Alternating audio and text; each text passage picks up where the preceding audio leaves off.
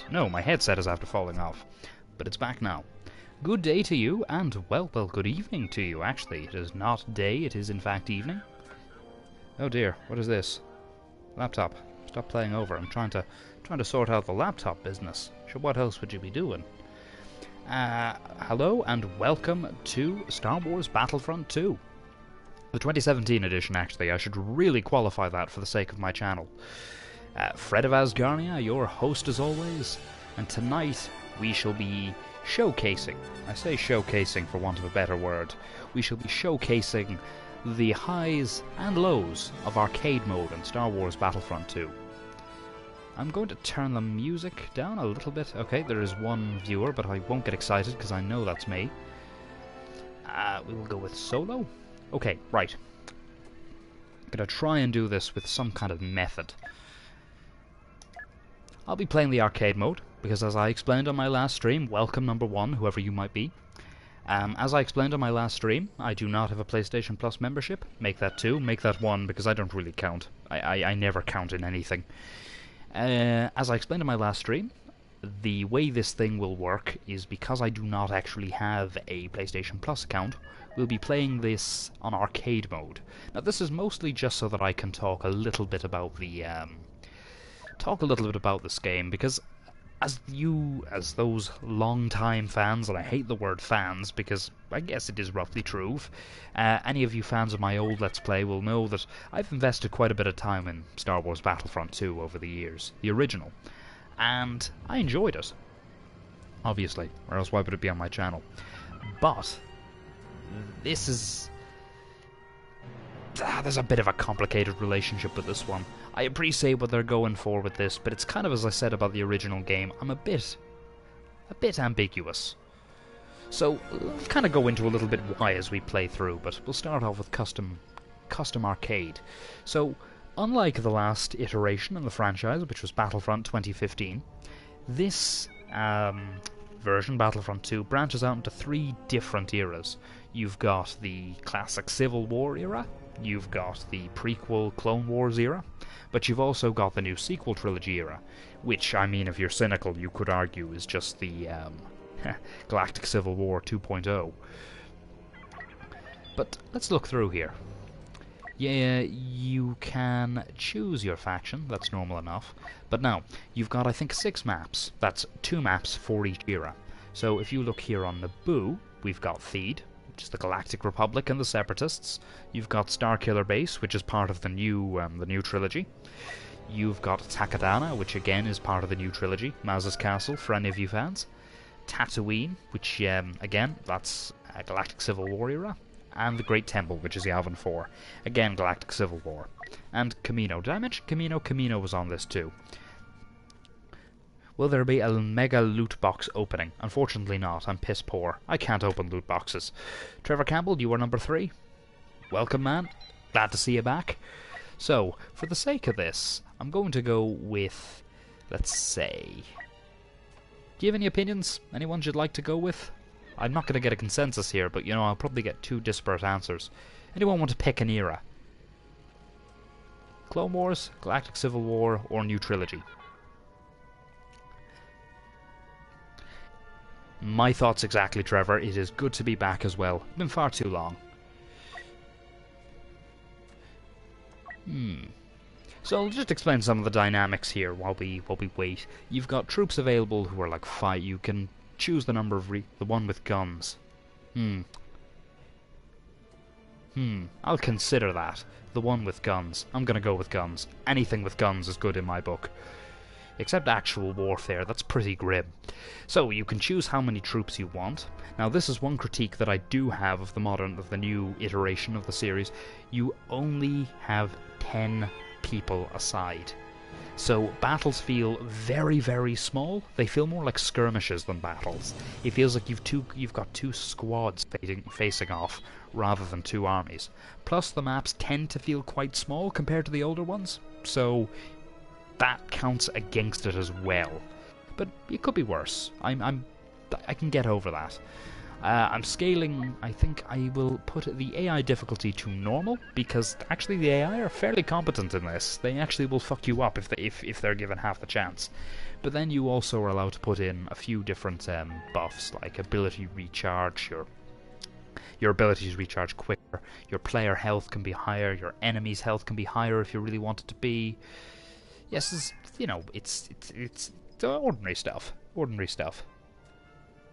Yeah, the one with the guns. Okay, well, since we've got such a broad consensus here, I think what I will do is I will go with my personal favourite map, which I have to say, Takadana. I really like Takadana. So we'll go with Maz's Castle, and we will play as the First Order, because, you know, you say what you like about the bad guys, but they usually do have the best. Bad guys, they do horrible things, but they look good doing it. First Order do have the best looking uniforms. Zenon the Gunner, good to see you, man. Takadana, Maz's Castle. 2 teams fight it out in classic infantry combat. First team to annihilate the other one wins. Pretty straightforward. Pretty straightforward. You just sort of point your gun in the direction of the enemy and kill them to death. I mean, actually, contrary to what Rose from The Last Jedi happens to believe, you do in fact win wars by, you know, killing the other side. Not saving what you love, destroying what you hate. As the great General Patton said, you know, the art of war consists not of dying for your country, but for making the other poor son of a bitch die for his. And that's what we're gonna do. We're gonna make a lot of resistance people die for their country today. God, does this make me... I feel like one of the baddies. But that's no big deal. Alright, so here we go. As you can see, there's actually a little bit of customization here permitted in this game. You can actually, although you do have set classes, so Assault is your basic Stormtrooper, if you can imagine from the original game. Your Heavy Trooper is a regular trooper on steroids. That's to say, shields and a big fuck-off machine gun. Very good for clearing corridors. You've got the Officer, which is a classic support class. He also looks like he's going to start serving you at Chili's. I know, First Order doesn't pay too well. He has to have a job on the side. What are you going to do? Then you've got, he's a support class. He can hold his own depending on what you actually give him. But then there's the Specialist class, which is the sniper that everybody hates, particularly from what I've heard on the Crate map online, because it just means holding yourself up in a trench and shooting anyone whose head happens to come over the parapet. But for the sake of it, you do have, you know, your base class, but you can also choose certain attributes that those, you know, classes have. So, for example, with Assault, you've got, like, improved thermal detonators, what I've chosen, but I could replace that with an acid launcher. I don't really like throwing acid in people's faces, so I'm not going to do that. Thermal grenades are pretty good. You could have, then you've got, let's say, a recharge Vanguard. A Vanguard is a shotgun, which is very bloody useful, if you know how to use it right. But this one is particularly useful because in close quarters you will shoot people with a Vanguard, but if you happen to kill them with your Vanguard, your abilities recharge. So if you time it right, you could throw a grenade, blow up a load of people, run it, kill them with a shotgun, and then throw another grenade. That's the thing, you don't get unlimited grenades as you might have done in battle in the original game, so it's a pain. And then you've got Toughen Up, which just means you can get shot more before you die because you basically inject yourself with painkillers. So, that's all there is to that. Oh yes, and then we've got the Specialists. We've got the Flame Trooper, who is a fuck ton of fun to play. He's exactly what he says on the tin. You just run into the battlefield and start setting things on fire. Then you've got the Rocket Trooper, who can kind of fly around, do a Jango Fett, shoot some things, and hopefully not die. And speaking of Fets, we've got Boba Fett, we've got Kylo Ren, we've got Darth Maul, Bosk, for some reason. I mean, seriously, I really do get the feeling they ran out of characters. I do understand that Bosk is a fan favourite, though, so I'll not get in the way. Then you've got Darth Vader, the OG. Iden Versio, the strong female protagonist that the... Well, I say strong female protagonist, satirising those people who rip on her. She's the protagonist of the campaign. Honestly, I have no problem with her, but there's a portion of the Star Wars community that takes serious issues with any woman that isn't in a slave bikini.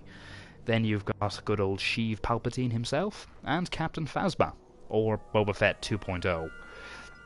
But we're going to start off slow. We'll start as an assault. Oh, Jesus Christ, I'm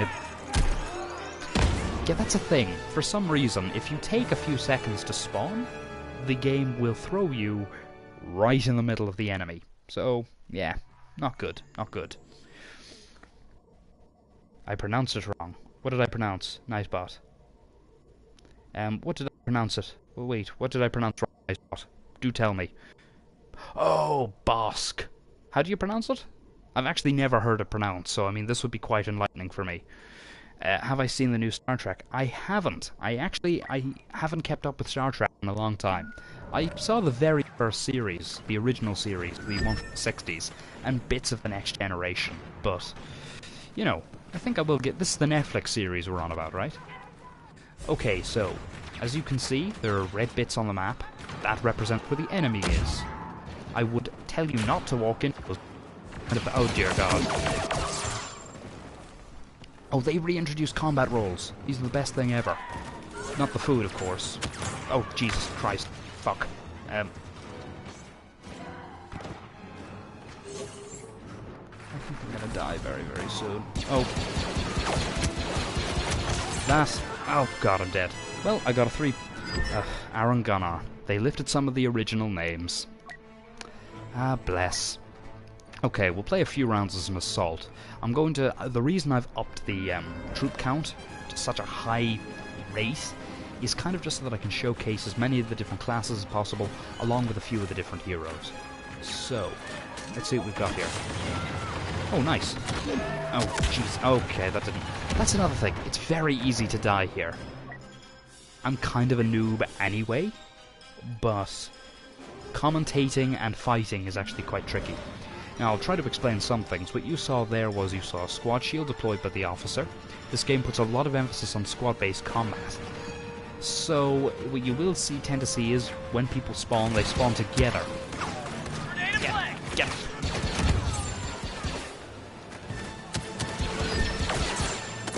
Nice. Oh shit. Nice. Okay, I like to think I just redeemed myself there.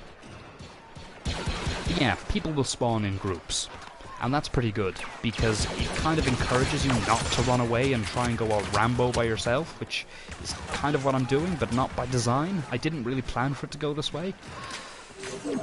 But we're doing alright, we're doing okay. I'm still alive. I'm kind of up with a couple of my bros. I mean, if that would be particularly appropriate if we were clones, because then they would literally be my bros. Well, paternal bros, I guess. Okay, but as you can see here, you've got different people, such as the officer here. The officer have a rally ability. Officers have a rally ability, which makes them incredibly valuable to have by your side. Then you've got the heavy trooper there, who can go into what's called sentry mode. Oh shit. And when he goes into sentry mode, you get a defense buff, which is always very good. It means you'll die not quite as quickly as you might otherwise have done. Oh, Jesus, I've just... Okay, I'm going in. I'm going in hard. There we go. As you can see there, my health buff recharged when I killed someone with the Vanguard. That's the Vanguard recharge. It's quite useful. Here, have a grenade. It's good for you. Grenaded away keeps the rebel scum away, am I right? Probably not, but hey. Oh, and that's another thing. Assault troopers. They are a nightmare in this place. Oh, who did that? That was rude. Okay, what have we got here? Don't waste your time with the new series, it's very bad.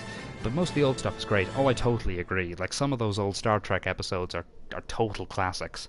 But I have heard very mixed reviews about the new Star Trek series. My dad kind of likes it, but he has sort of a qualified admiration for it. I really do think, though, that's just, you know, my father's he's a Star Wars fan, but he's also a Trekkie. But he's kind of like me as far as Star Wars is concerned. He would swallow pretty much anything. What you are seeing now is a heavy trooper. Basically, as you can see here, I go in with a big gun, shoot everything, and hope I don't die.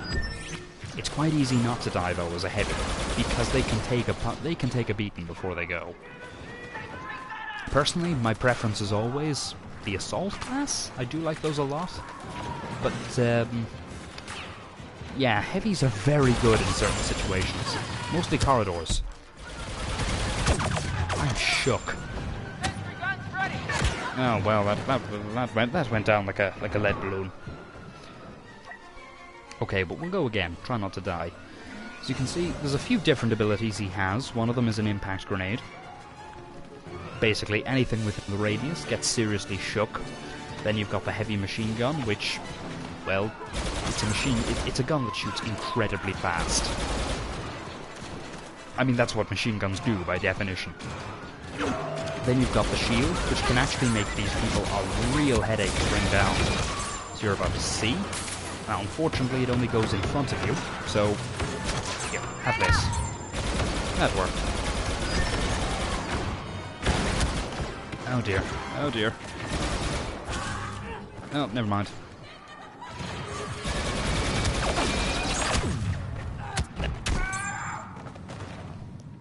Boom. I am a tank. On all levels except physical, I am a tank. Oh, well, that was just rude.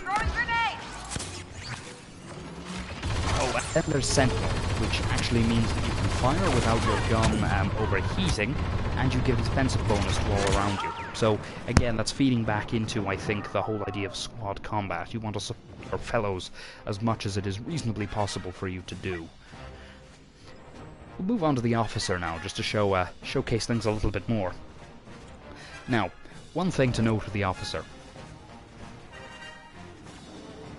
This generally applies to most troop types, but particularly the officer. If you die, you are doing something wrong. You are meant to be at the very, very back, leading from the rear, as a good officer would do. The jury's out on that one, really, but still. So as you can see, I'm a piss-poor officer. I almost died. Now, the officer's abilities here differ somewhat depending on your particular build.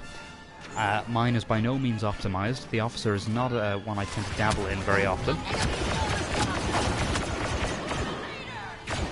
But in this case, I've elected... This was a bad move. Well, that's truly sadistic. Killing from beyond the grave. Yes, in my case, I've elected to go with a homing grenade, or a homing shot, which basically locks onto the enemy and kills them if you happen to get it close enough. Okay, hang on a minute.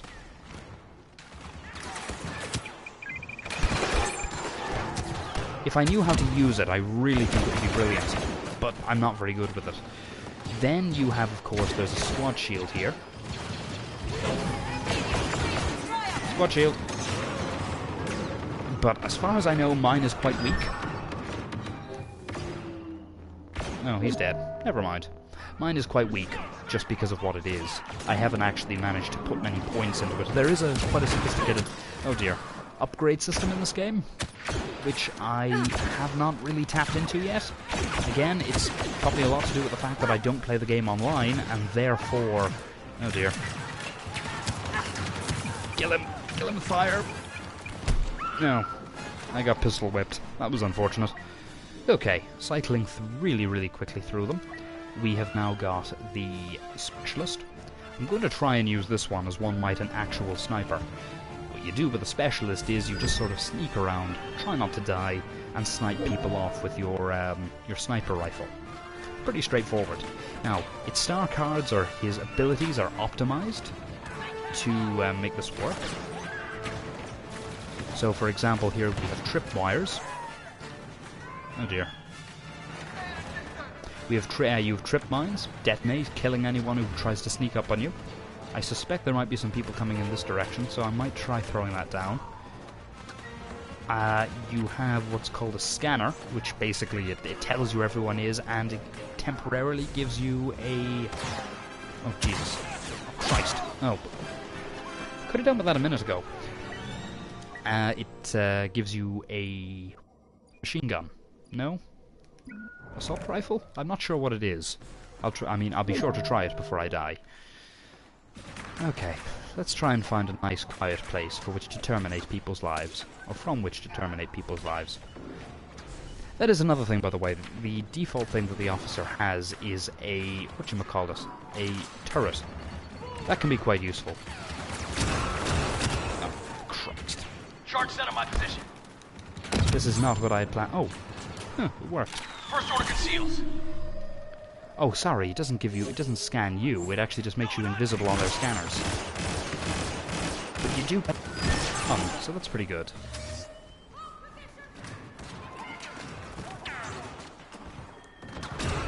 Oh dear. I have to use a sniper. Oh, and then you've got a stinging pistol, which is kind of good. I think, from what I know, it actually drains enemy health over time. There is the chance to... God, there is no way this is working out for me. Ha, you dead. Oh God, did I say that? It's the meme. It's the meme. It's the meme. Oh God. Live streaming is not good for this reason. I'm referencing the meme and nothing more. I do not advocate that in any way, shape or form. Alright, now we'll move on to the Flame Trooper. This basically involves setting things on fire. It is very good fun. Very good fun. I highly recommend setting things on fire in-game. Don't do it IRL. That's a bad move. It's a very bad move. People call you a pyromaniac for some reason. Okay, let's look at the stream.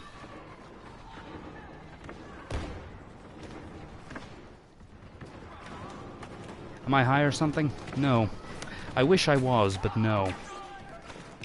I am doing what's called stream of consciousness. And I'm... Oh, there we go. I'm also trying to cover for my lack of things to say. There we go. Wow, okay, that's messing with my head. Was that suicide self-defense because you're killing the person trying to kill you? By that logic, you could say that Hitler was an absolute saint because he killed the guy that killed Hitler. It's a fair point. There's also an interesting argument in the fields of human rights which suggests that, or with regards to human rights and suicide. Apparently, or so the argument goes, if you happen to commit suicide, you're actually violating your own human rights, because the right to life is unalienable, which means that it can't be taken away. So you're actually violating your own human right to life by committing suicide. Again, so the argument goes. It's an interesting one. Okay, so the Flame Trooper, or Hans's Flammenwerfer, once again in reference to the meme. As far as I know, he has several things. He's really a man after my own heart, because A, he has incendiary grenades. That is setting fire to things. That set fire to things. An incendiary imploder, always good. Overload, which actually allows you to just set things on fire for longer. I don't know why you would be firing it for a sustained length. As you can see, setting things on fire is very effective. And then you've got what's called Fortify, which just allows you to stay alive longer. It gives you a health boost, similar to what I was doing with the Assault Trooper. Never mind. Thermal Imploder. Go die in a fire. The roof is on fire. Burn, motherfuckers. Burn. I think it worked. Except you. Other thing about these guys, they are very hard to kill. Rather like Boba Fett in Legends. Oh dear. Alright. Fire, fire, yeah. I love setting things on fire. Did I mention that? In-game. I remember a friend of mine, actually Leo J24 and I were once actually playing Splinter Cell. It's something of a running joke. He is an incredibly tactical player. He'll sneak around from place to place, just, you know, stealthily stabbing people and stuff. The things that you're meant to do in a stealth game. But no, not Fredofasgarnia. No. Fredofasgarnia will go out of his way to set things on fire. It started as an accident, but then eventually it just sort of became my thing and I started running with it. So if there's a moral to that story, kids, follow your passions. Jury's out on whether you should if they lead to pyromania.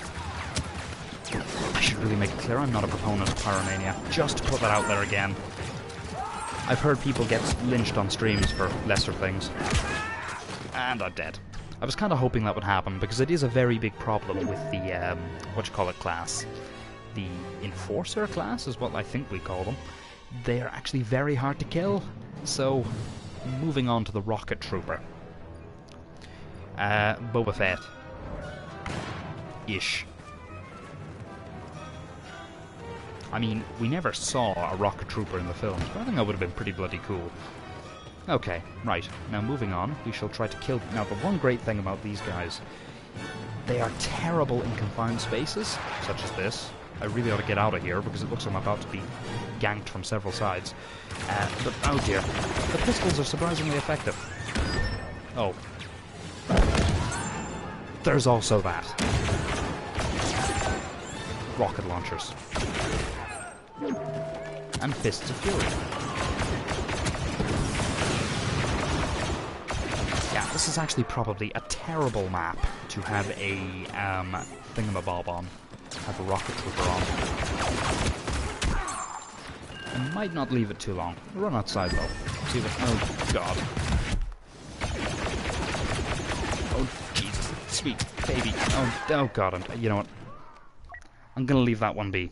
Instead, we'll go to the real Boba Fett. Could the real rocket trooper please stand up? Here he is. Boba, very interesting hero. He can fire concussion rockets, which...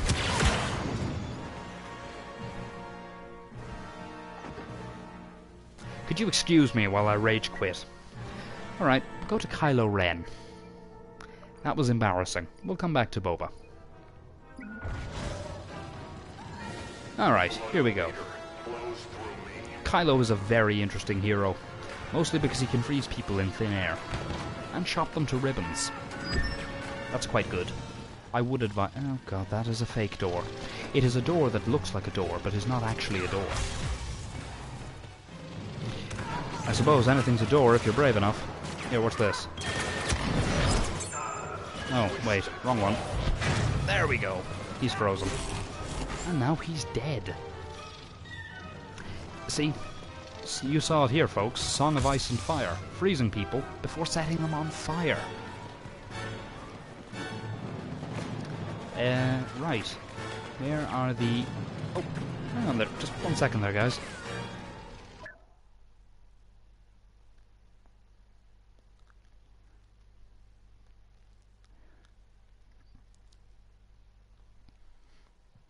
Yeah, I just got a notification on ye old, WhatsApp. Oh, right, okay. Okay, like last night, I'm going to have to love ye and leave ye, unfortunately, again. I happen to have housemates, and I think some of them are trying to sleep. I'm not being particularly loud, but still, it is an issue, so I will have to love ye and leave ye. I'll just answer any closing things there. Ryan Clarkburn, flamethrowers were not very effective in war, mainly used for fear. I don't know a whole lot about flamethrowers, actually, to be perfectly honest. I know the Greeks had one.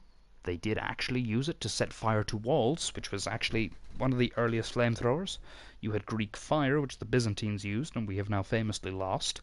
But as to whether or not flamethrowers were actually effective, I'm not sure. They probably were a terror instrument, because as we all know, terror is a very effective weapon of war. Alright, so thanks to all of you for tuning in. I promise I'll finish a Battlefront video one of these days.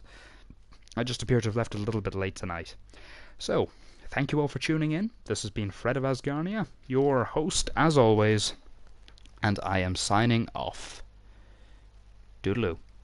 Thanks very much, Nightbot, by the way. Just after seeing that comment, you're a grand man. I do suck. Cheerio. Toodaloo. Lollipop, lollipop, lolly, lolly, lolly, lollipop. Do-do, do.